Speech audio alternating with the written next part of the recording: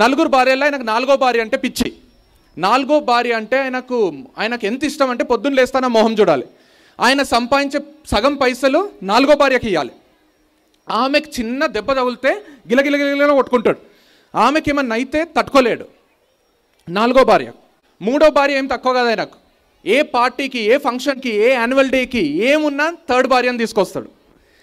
ఏ public gathering ఉన్నా third భార్యను తీసుకొస్తాడు. ఎవరన్నా ఇంటికి వస్తే ఫోర్త్ భార్యను పరిచయం చేయడు, థర్డ్ భార్యను పరిచయం చేస్తాడు. నా భార్య అని చెప్పుకోవడానికి ఆయనకు గర్వం, ప్రౌడ్. నా భార్యను చూసిండ్రా, ఈమెనే నా భార్య. నా భార్య తెలుసా, ఈమెనే నా భార్య. నా భార్య లేకుండా నేను ఇంటి నుంచి అడుగు బయటికి పెట్టా. ఎవరైనా ఇంటికి వస్తే ఫస్ట్ పరిచయం చేసేది నా భార్యని. నా భార్య అంటే నాకు అంత గర్వం. ఎవరు? థర్డ్ భార్య. సెకండ్ భార్యకి ఎంత ఇంపార్టెన్స్ ఇస్తాడంటే, లవ్ చేస్తాడా లేదా పక్కన పెడితే, ఎంత ఇంపార్టెన్స్ అంటే సెకండ్ భార్య ఏదన్నా పెద్ద డిసిజన్ లైఫ్లో తీసుకోవాలంటే సెకండ్ భార్యని అడుగుతాడు. లైఫ్లో ఏదన్నా పెద్ద ప్రాబ్లం వస్తే సెకండ్ భార్యకు పోయి చెప్పుకుంటాడు. లైఫ్లో పెద్దగా అచీవ్ చేస్తే పోయి సెకండ్ భార్యతో పంచుకుంటాడు. విపరీతమైన సంతోషం సెకండ్ భార్య, చెప్పలేనంత బాధ సెకండ్ భార్య. ఒక పెద్ద డిసిజన్ లైఫ్లో, లైఫ్ చేంజింగ్ డిసిజన్ సెకండ్ భార్య. ఆమె ఏమనుకుంటుందో అన్న నా ఆలోచిస్తాడు. ఆమెకు చెప్పకుండా ఏ పని చేయడు. ఆమె అభిప్రాయం అంత ఇంపార్టెంట్ సెకండ్ భార్య. ఫస్ట్ భార్యను పట్టించుకోడు అసలు. ఆమె ఉందా సచ్చిందా కూడా తెలియదు. ఆమె అసలు బతికుందా లేదా, ఆమెకు ఒక గిఫ్ట్ ఉండదు, ఐ లవ్ యూ ఉండదు. ఆమె భార్య లాగానే చూడడు. ఆమె వీడిని మస్తు ఇష్టపడుతుంటుంది. ఈతనేమో ఆమెను అసలు అసలు అసలు అసలు ఒక మనిషిలాగా కూడా గుర్తించాడు. He will never even care about her. First భార్య. రోజులు గడుస్తాయి, సంవత్సరాలు గడుస్తాయి. ఒక రోజు వస్తుంది, ఈయనకేదో రోగం వస్తుంది. హాస్పిటల్ పోతాడు. డాక్టర్ చచ్చిపోతావని చెప్తాడు. విత్ ఇన్ 1 వీక్ నువ్వు చచ్చిపోతావు, నిన్ను ఎవ్వరు కాపాడలేరు, ఒక్క వారంలో చస్తావు. నమ్మబుద్ధి కాదు. పెద్ద డాక్టర్ దగ్గరికి సెకండ్ ఒపీనియన్ కోసం పోతాడు. వరల్డ్స్ బెస్ట్ డాక్టర్ దగ్గర పోతాడు. పోయి, సార్ ఇట్లా అంటున్నారు, నేను చచ్చిపోతానంట, ఒకసారి చూసి చెప్పండి అంటే ఆయన అన్ని టెస్టులు చేసి 100% నువ్వు చచ్చిపోతావు. కరెక్టే చెప్పిండ్రు. వారం అన్నాడు కదా, అంత సీన్ లేదు, 4 రోజుల్లో చస్తావు. 4 రోజుల్లో నువ్వు చచ్చిపోతావు, నువ్వు ఇక డిసైడ్ అయిపో, నీ మైండ్ని ప్రిపేర్ చేసుకో, నువ్వు చస్తున్నావు అంటాడు. అంటానే ఇంటికి వస్తాడు. ఇంటికి వస్తానే జీర్ణం కాదు. నేను చచ్చిపోవడం ఏంది, ఇంత బతికి నేను చచ్చిపోవడం ఏంది, ఇంత హైలైట్ లైఫ్ ఉంటే నేను చచ్చిపోవడం ఏంది, నేను చచ్చిపోరాదు అనుకుంటా. కానీ పుట్టిన ప్రతి ఒక్కటి చచ్చిపోవాలి కదా. డైజెస్ట్ చేసుకుంటాడు. ఓహో చచ్చిపోతానా, ఓకే. కానీ నేను ఒక్కడిని ఎందుకు చచ్చిపోవాలి? నాకు 4 భార్యలు ఉన్నారు. ఎవరో ఒక భార్యనైతే నాతో పాటు తీసుకుపోతా. I will take 1 wife with me for sure. చచ్చిపోవడం గ్యారంటీనే. ఒక్కడిని చచ్చిపోవాలని ఇక్కడ రాసుందా? నేను నాతో పాటు ఒక భార్యనైతే తీసుకుపోతా అని డిసైడ్ అవుతాడు. ఆయనకు ఒక్కడిని పోబుద్ది కాదు. డిసైడ్ అయ్యి ఫస్ట్ ఆయన ఫుల్ ఇష్టపడేది 4th వైఫ్ని కదా. పోయి అడుగుతాడు. చెప్తాడు, ఇట్లానే 3-4 డేస్లో చచ్చిపోతున్నా, నువ్వు ప్రిపేర్ ఉండు, నువ్వంటే నాకు మస్తు ఇష్టం కదా, నీకు అన్ని కాస్ట్లీ గిఫ్ట్లు ఇచ్చినా కదా, నేను ఎంత ప్రేమిస్తాను నీకు తెలుసు కదా, పొద్దున్న లేస్తాను నీ మొహమే చూస్తా కదా, నువ్వు నాతో పాటు వచ్చాయి అంటారా. ఇష్టం వచ్చినట్టు తిడుతుంది. ఏం మైండ్ ఏమైనా ఖరాబ్ అయిందా? ఎట్లొస్తా అనుకున్నావు నీతోని? నేను నీతో వచ్చే సమస్యనే లేదు, సస్తే సావు లేకపోతే లేదు, నాకు నీకు సంబంధం లేదు, వెళ్ళిపో అంటది. అంటేనే కొంచెమే బాధపడతాడు, పెద్ద బాధపడాడు. ఇంకా 3 భార్యలు ఉన్నారు కదా. థర్డ్ వైఫ్ని పిలిచి చెప్పేస్తాడు, ఇట్లా 4th వైఫ్ని అంత ఇష్టపడుతుంటే 4వ పిల్లాన్ని ఆమె రానన్నది, కానీ నీకు తెలుసు కదా, నువ్వు లేనిది నేను ఇండ్లు దాటి బయటికి కూడా పోలే, ఏ పార్టీ ఏ ఫంక్షన్ ఏమున్నా నువ్వే నాతో పాటు వచ్చినావు, నువ్వు అంటే అంత పిచ్చి నాకు, నీకు తెలుసు నువ్వు లేకుండా అడుగు తీసి అడుగు వేయను, నువ్వు నాతో పాటు వచ్చే నేను చచ్చిపోతున్నా అంటానే. వినండి ఇది. ఆమె ఒకటే మాట అంటది, ఏమనుకుంటున్నావు నేను నీతో పాటు చచ్చిపోను, నువ్వు చచ్చిపోయిన నెక్స్ట్ మినిట్ నేను ఇంకొకరిని పెళ్లి చేసుకుంటా, నేను మస్తు హ్యాపీగా ఉన్నా ఇక్కడ, నువ్వు చచ్చిపో, నేను ఇంకొకరిని పెళ్లి చేసుకుంటా అని చెప్పేస్తుంది. మస్తు బాధ అవుతుంది. ప్లీజ్ అన్నా వినది, వెళ్ళిపోతుంది. బాధ అయినప్పుడు ఆయన గుర్తొచ్చేది సెకండ్ వైఫ్. పిలుస్తాడు, ఏడుస్తాడు, చెప్తాడు, నేను ఇట్లా చచ్చిపోతున్నా అంటానే ఆమె ఫుల్ ఏడిచి గట్టి పట్టుకొని, నువ్వు చచ్చిపోవడానికి వీల్లేదు, నన్ను వదిలేసిపోవడానికి వీల్లేదు, నువ్వు లేకుండా నేను బతకలేను, నువ్వు ఎట్లా చచ్చిపోతావు నన్ను వదిలేసి, నువ్వంటే నాకు మస్తు ఇష్టం, నేను చచ్చిపోనియా, నిన్ను బెస్ట్ డాక్టర్ దగ్గర తీసుకుపోతా, పోదాం అంటే, నువ్వు ఓవర్ యాక్షన్ చేయకు, నేను పోయి వచ్చినా, నేను చచ్చిపోతున్నా, నాతో పాటు వస్తావా రావా అన్నాడు. అంటానే ఆమె చెప్తుంది, నువ్వు బతికున్న లాస్ట్ మినిట్ వరకు నేను నీకు సేవలు చేస్తా, నేను నీతోనే ఉంటా, నీకేం కావాలో నేను చూసుకుంటా, నువ్వు చచ్చిపోయినాక నేను నీతోనే వస్తా, కానీ నేను నీతోని నీ గ్రేవ్ యార్డ్ వరకు వస్తా, నీ శ్మశానం వరకు వస్తా, అన్ని ఫార్మాలిటీస్ పూర్తి చేస్తా, నువ్వు చచ్చిపోయినాక 10 రోజుల తర్వాత ఇంకేమన్నా ఫార్మాలిటీస్ ఉంటే అవి కూడా నేను చూసుకుంటా, కానీ సారీ నేను నీతో పాటు రాలేను. ఫుల్ ఏడ్చుకుంటే వెళ్ళిపోతుంది.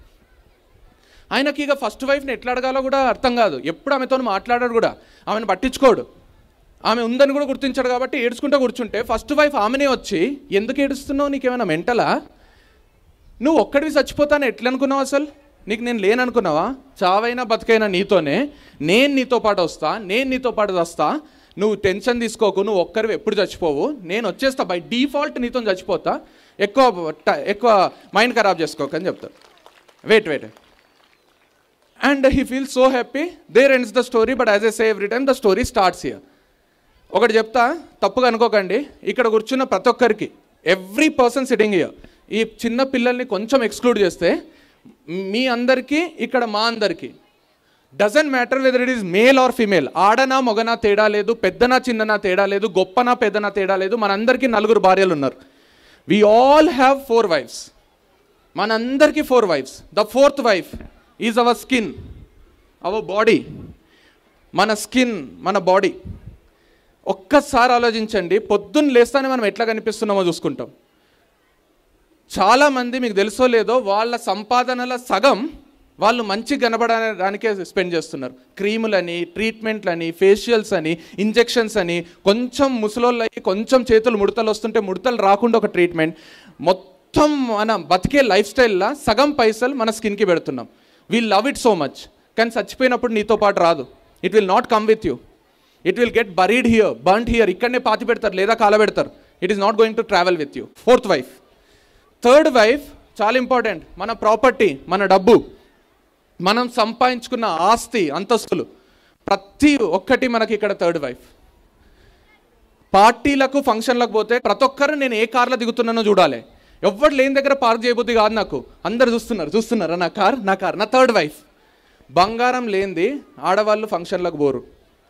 చాలామంది నా చుట్టాల్లో, మా ఫ్యామిలీలల్లో చాలాసార్లు డిస్కషన్ వచ్చింది, అరే చేతికి గాజులు లేకుండా పోతే ఏమన్నా అనుకుంటారా, అవే చూస్తారు, నా చీర కాస్ట్లీది కాదు, ఫస్ట్ అదే అడుగుతారా, ఎంత గొలుసని, నల్లపూసల దండ లేదు, ఇట్లాంటివి డిస్కషన్. ఎందుకంటే 3rd wife ఇంటికి వస్తే నా ఇంట్లో కర్టెన్లు ఎంత, సోఫా సెట్ ఎంత, ఇంటీరియర్ ఎంత, ఇల్లు ఎంత, కుకట్పల్లిలో గజం ఎంత, మొన్ననే కొనుక్కున్నా తెలుసా, గజం ఎంత తెలుసా, తెలియదా, నా 3rd wife తెలియదా, అరే ఎంత తెలియదా. This is how we speak. ఎందుకంటే 3rd wife. కానీ నువ్వు చచ్చిపోతాను ఇంకొకరిని పెళ్లి చేసుకుంటా అన్నది, చచ్చిపోయిన నెక్స్ట్ మినిట్ ఇంకొకరిని పెళ్లి చేసుకుంటా అన్నది, వితౌట్ ఎనీ డౌట్. నువ్వు చచ్చిపోయినాక నీ ప్రాపర్టీ అంతా ఇంకొకరికి పోతుంది. నువ్వు రాసిచ్చినా రాయకుండా ఇంకొకరు పోతుంది. నువ్వే తీసుకుపోవు కదా. నీ చేతికి ఉంగరం ఉండి అది రాలేదనుకో ఏలు కట్ చేస్తారు. ఉంగరం పోనీయర్. Not even a single penny. ₹1 నీతో పాటు రాదు. 2nd wife very very important. Society. విపరీతంగా మాట్లాడతాం చూడు మనం సొసైటీ గురించి. Society including your family is your 2nd wife. ఏదన్నా పెద్ద డిసిషన్ ఫస్ట్ వాళ్ళని అడగాలి. వాళ్ళు ఏమనుకుంటారో, సొసైటీ ఏమనుకుంటుందో.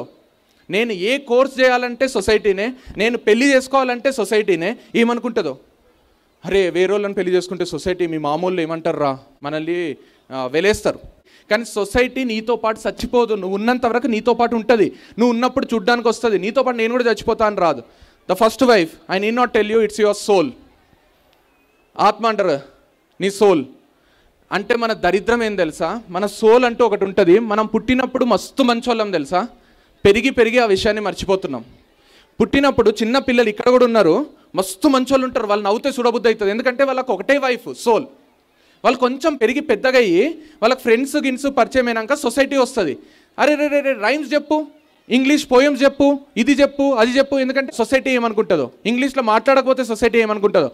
తర్వాత ఇంకొంచెం పెద్దగా అయినాక 3rd wife వస్తుంది. ప్రాపర్టీ, డబ్బు, నీకెంతుంది, నాకెంతుంది, మీ నాన్నకి ఈ బండి ఉందా, మా నాన్నకి ఈ బండి ఉంది, అది ఇది వస్తుంది. ఆ తర్వాత you get in to the 4th wife. 10th class దాటుతానే అందం, ఎట్లా కనిపిస్తున్నాం, ఏం కనిపిస్తున్నాం. కానీ ద 1st wife సోల్ ఉంటుంది చూడు, దాని గొంతు ఇట్లా పట్టుకొని నువ్వు ఏం మాట్లాడకని చెప్తాం. So the biggest mistake what we do is we don't listen to our heart. మన గుండె ఎప్పుడు తప్పు చేయమన్నది, మన మనసు ఎప్పుడు కూడా తప్పుకు పుష్ చేయదు, ఎప్పుడు మంచిగా చేయమంటుంది. దాన్ని కొంచెం వింటే మజా వస్తుంది లైఫ్లో. So I just wanted to share this with you. And it was a wonderful opportunity. But before I conclude, the last thing which I love the most is this quotation. I'll end with this. పరిగెడుతున్నాం, ఇష్టం లేని పని వెనకాల భారంగా పరిగెడుతున్నాం, కలలు నెరవేర్చుకోవడానికి అలల కంటే వేగంగా పరిగెడుతున్నాం, ఆస్తుల కోసం అయిన వాళ్లకు దూరంగా పరిగెడుతున్నాం, అంతస్తులంటూ అనుబంధాలకు అందకుండా పరిగెడుతున్నాం, రేపటి కోసం ఈ రోజును మర్చిపోయి పరిగెడుతున్నాం, పొట్టకూటి కోసం చీకటిని చీల్చి మరీ పరిగెడుతున్నాం. ఎంతవరకో తెలియదు, అసలు ఎందుకొరకో తెలియదు. ప్రాణం లేని పరువు అనే భారాన్ని ముజాలపై మోస్తూ పగలు రాత్రి ఇష్టం వచ్చినట్టు పరిగెడుతున్నాం. ప్రాణం పోతుందేమో అన్న భయాన్ని లోపలే దాస్తూ పరగపకుండా చచ్చేంత వరకు చచ్చినట్టు పరిగెడుతున్నాం. ఒకరోజు ఖచ్చితంగా చచ్చిపోతామని తెలిసినప్పుడు పరిగెత్తి పరిగెత్తి మన మనస్సు శరీరం రెండూ అలిసినప్పుడు ఆ పరుగు వేగాన్ని తగ్గిద్దాం, వీలైతే ఆపేద్దాం. పరువు అనుకుని మోస్తున్న భారాన్ని దించేద్దాం, వీలైతే చంపేద్దాం. మనం చచ్చిపోకముందే, మనలో ఊపిరి ఆగిపోకముందే మనం ఆగిపోదాం. మన వాళ్ళందరినీ ఆగమందాం. వాళ్ళతో కొన్నాళ్ళైనా ఆనందంగా గడిపిపోదాం. వాళ్ళతో కొన్నేళ్ళైనా సంతోషంగా ఉండిపోదాం. Please try to understand. Just stop your speed, just wait for a time and spend with your loved ones. మీ పిల్లలకు కొంచెం టైం ఇవ్వండి, వాళ్ళకు కొంచెం మంచి విషయాలు చెప్పండి, కొంచెం టైం స్పెండ్ చేయండి, లవ్ చేయండి, అఫెక్షన్ ఇవ్వండి. And that is what which makes a huge difference to your life. Thank you so much for inviting me here. Thank you so much, sir. It was wonderful being here and seeing all of you sitting there so silent ga manchiga vintunnaru. Manchi anipichindi. And if there is a chance, we'll meet again. Thank you so much, sir. Thank you all. And it was so nice. Climate kuda mastu manchi undi. Manchi anipichindi. Thank you so much. Thanks a lot. It's like, and I've got a very clear view from here. And even you can turn and back and you can check it out. Every parent, every spectator got stick to their chairs. Now that is what I talk about, or I've been talking about before introducing our people. That are the really mesmerizing, such a motivational words or the stories, whatever they have been set it up.